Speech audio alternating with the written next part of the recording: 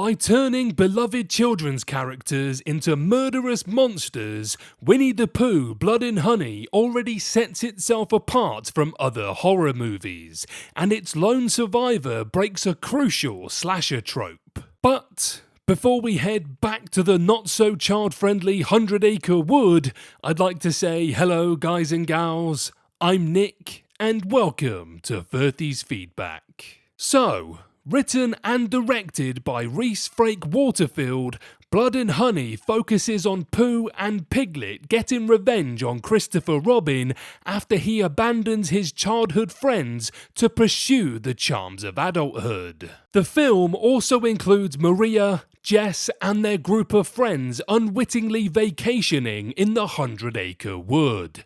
When their storylines collide, the resulting bloodbath includes a multitude of victims at the hands of Pooh and Piglet. Driven to hate humans after Christopher's absence forced Pooh and the rest of his friends to eat Eeyore, they stalk their prey through the 100-Acre Wood, killing them off one by one. By the end of Blood and Honey, only Christopher and Maria have managed to stay alive, and it's anyone's guess who will make it out of the woods. The final confrontation with Pooh determines which one of them will survive, with the typical tropes of the slasher genre levied against the needs of the established narrative. One of the most common tropes in slasher movies is the final girl, someone like Jamie Lee Curtis's Laurie Strode in Halloween who makes it to the end of the movie without dying at the hands of the maniacal killer. But Winnie the Pooh Blood and Honey doesn't have one. Even when Maria and Jess come across some local men and the film makes it seem like they might finally get out of the 100-Acre Wood, they get pulled back into Pooh's killing spree and not even Christopher Robin can save them.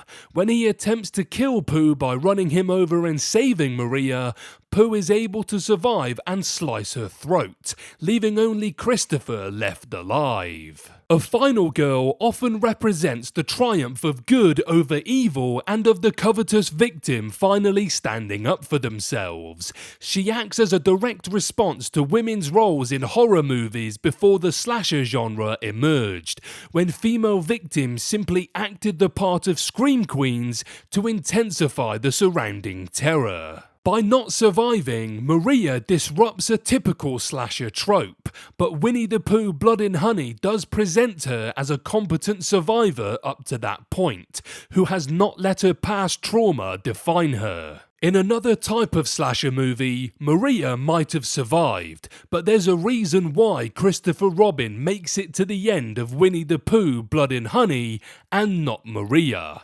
When Pooh is holding the knife to Maria's throat and Christopher is pleading for him not to kill her, even vowing to remain in the 100-Acre Wood forever if he'll let her go, Pooh breaks his vow of silence. Pooh stares at Christopher Robin and says, "You left," and slices her throat, a final twist of the knife in Christopher's heart for his former friend's betrayal. Christopher flees the 100-Acre Wood, but must live with the guilt of his survival. Had he not abandoned his friends and left them to fend for themselves all those years before, they might not have resorted to becoming feral human-hating monsters.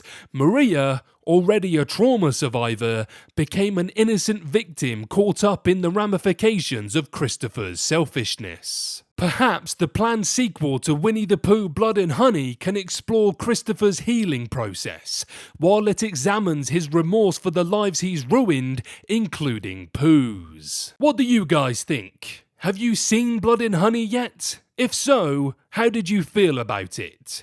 Let me know below.